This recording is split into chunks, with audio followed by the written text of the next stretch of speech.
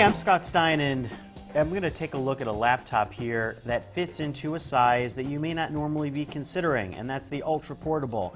This is an 11-inch laptop, much smaller than a 13-inch Ultrabook like a MacBook Air or one of the new Ultrabooks that are coming out this fall. And it's not very common that you see a laptop this size. So I come into a coffee shop, I plop this thing down. Hey, it kind of looks like a netbook. Then I tell you that this costs about $550, maybe $500. Maybe you're interested. Maybe I tell you that this is a Core i5 processor, 6 gigs of RAM, a 500 gig hard drive. Well, if you're the type of person that cares about performance and specs, you're going to be very excited.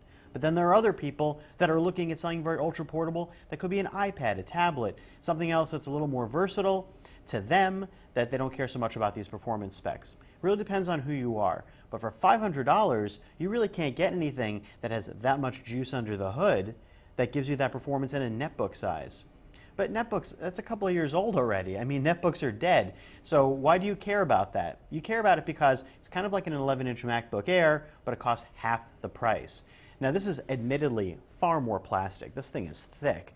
This thing feels like a couple-of-year-old laptop, no offense to Acer, but it does. The price is the play here, and the keyboard is good, the trackpad is good, but you're also getting a more cramped experience because look at this. That keyboard rests right in the middle of the laptop. It cramps the palm rest space here, and that makes it a less comfortable experience. Plus, the battery life is not great. It's under 4 hours on our test, so that's not spectacular. At this point, people want something that's 6 hours, 7 hours, 8 hours.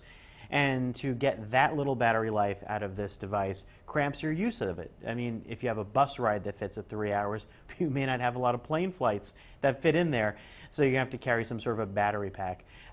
This is a limited use device in that regard, but if you want something at $500 that's going to give you everything that a full-fledged laptop could give you, pretty fast performance, a lot of storage space, good RAM, and heck, you could plug this into a Bluetooth keyboard, mouse, maybe a monitor, and turn this into a more versatile home machine. The Acer Aspire V5-171-6867 could be for you. Now, the reason I give all those extra numbers is because Acer has other Aspire V5s that are 14-inch laptops, 15-inch laptops.